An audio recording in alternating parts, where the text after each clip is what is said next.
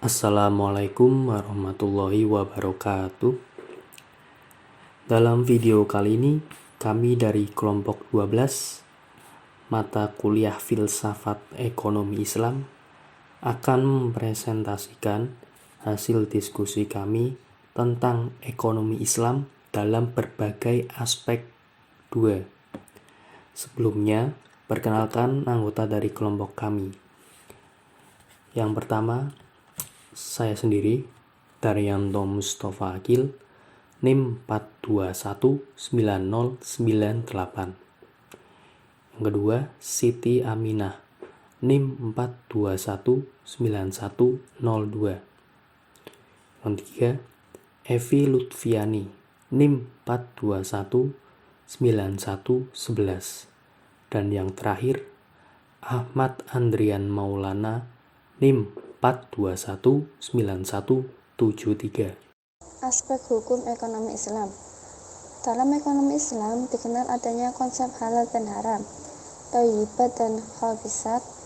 Konsep halal dan thayyib, haram dan khaba'is menjadi ketentuan dalam syariat yang mesti ditaati dalam menjalankan ekonomi dan bisnis Islam.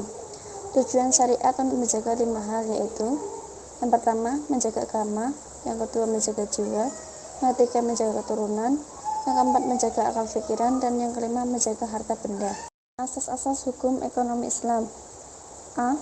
Asas mu'awanah, yaitu mewajibkan umat muslim untuk saling tolong-menolong dan membuat kemitraan dengan melakukan strategi bisnis antara dua pihak atau lebih dalam jangka waktu tertentu untuk meraih keuntungan bersama.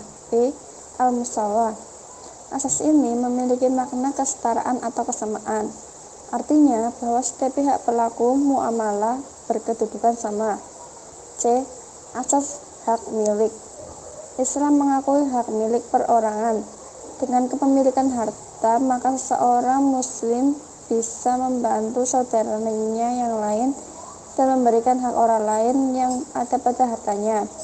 D. Asas musyarakah, bahwa setiap bentuk muamalah kerjasama antar pihak yang saling menguntungkan bukan saja bagi pihak yang terlibat melainkan bagi keseluruhan masyarakat. E. Asidik. Jika dalam bermuamalah kejujuran dan kebenaran tidak dikedepankan, maka akan berpengaruh terhadap keabsahan perjanjian. Perjanjian yang di dalamnya terdapat unsur kebohongan menjadi batal atau tidak sah. Aspek kewirausahaan ekonomi Islam. Ekonomi Islam dikembangkan dalam kehidupan masyarakat dengan berbasis pada jiwa dan semangat entrepreneur. Jiwa entrepreneur adalah jiwa tangan di atas, bukan tangan di bawah. Jiwa entrepreneur adalah jiwa seorang khalifah Tuhan di muka bumi yang dipikul oleh Adam alaihissalam, yang kemudian diteruskan oleh keturunannya untuk meneruskan penciptaan dengan kemampuan kreativitasnya yang tinggi. Aspek kewirausahaan ekonomi Islam dikembangkan berdasarkan kemampuan kreatif manusia sebagai pencipta yang dimungkinkan. Karena kemampuan akalnya yang hanya diberikan Tuhan kepada manusia, bukan kepada makhluk Tuhan yang lainnya. Kemampuan kreativitas tersebut diajarkan Tuhan kepada Adam alaihissalam yang kemudian dikembangkan oleh keturunannya. Ciri-ciri kewirausahaan dan watak kewirausahaan. Ciri-ciri kewirausahaan beberapa di antaranya yaitu percaya diri, berorientasi pada tugas dan hasil, pengambilan resiko, kepemimpinan, keorisinilan, dan berorientasi ke masa depan. Sedangkan watak kewirausahaan sendiri itu 1. Keyakinan, ketidaktergantungan, individualistis, dan optimisme.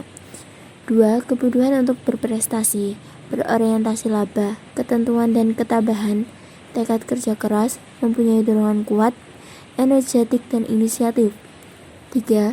Kemampuan untuk mengambil resiko yang wajar dan suka tantangan. 4. Perilaku sebagai pemimpin, bergaul dengan orang banyak, menanggapi saran-saran dan kritik. 5. Inovatif dan kreatif serta fleksibel. Dan yang keenam, pandangan ke depan atau perspektif. Faktor penyebab gagalnya berwirausaha. Menurut Zimmerer, ia mengemukakan beberapa faktor yang menyebabkan wirausaha gagal dalam menjalankan usahanya. Pertama, tidak kompeten dalam manajerial. 2. Kurang berpengalaman baik dalam kemampuan teknik, kemampuan mengkoordinasikan, dan keterampilan. Yang ketiga, lokasi yang kurang memadai. Keempat, kurang dapat mengendalikan keuangan. Aspek perburuhan ekonomi Islam. Persoalan perburuhan adalah persoalan yang kompleks dan dinamis karena seringkali memunculkan konflik kepentingan antara para buruh atau pekerja dengan pihak perusahaan atau investor dan pengusahanya. Fenomena sosial ekonomi di berbagai belahan dunia menunjukkan perusahaan-perusahaan berpindah dari satu negara ke negara lainnya antara lain karena pertimbangan perburuhan baik yang berkaitan dengan upahnya maupun kualitas sumber daya manusia di kalangan kaum buruh atau pekerjanya. Konsep buruh dalam perspektif ekonomi Islam. Yang pertama, buruh adalah saudara. Yang kedua, perintah memperlakukan buruh dengan baik. Yang ketiga, pemberian beban kerja tidak boleh melebihi kemampuan. Yang keempat, upah yang layak dan tepat waktu. Dan yang kelima, kewajiban buruh terhadap majikan. Dan untuk selanjutnya, hak-hak buruh.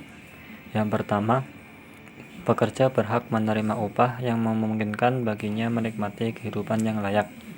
Yang kedua, pekerja tidak boleh diberikan pekerjaan yang melebihi kemampuan fisiknya, dan jika suatu waktu dipercayakan menangani pekerjaan yang sangat berat, maka dia harus diberi bantuan dengan tambahan upah yang sesuai dengan kerjanya. Yang ketiga, pekerja mendapat pengobatan yang tepat jika sakit dan membayar biaya pengobatan yang sesuai pada saat itu. Yang keempat, pekerja bila menderita kecelakaan dalam pekerjaannya, maka ia berhak mendapat ganti rugi atau asuransi. Yang kelima, diperlakukan dengan baik dan sopan dan diberikan arahan atau petunjuk bila mereka melakukan kesalahan selama bekerja. Maka dapat disimpulkan bahwa aspek hukum ekonomi dan bisnis Islam merupakan kegiatan bisnis yang halal dan thoib, dilakukan dengan cara dan tujuan yang baik.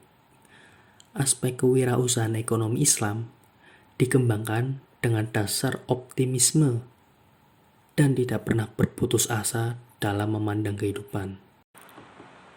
Konsep buruh dalam perspektif Islam bahwa buruh adalah saudara dan perintah memperlakukan buruh dengan baik. Lalu pemberian beban kerja tidak boleh melebihi kemampuan serta upah yang layak dan tepat waktu, dan kewajiban buruh terhadap majikan.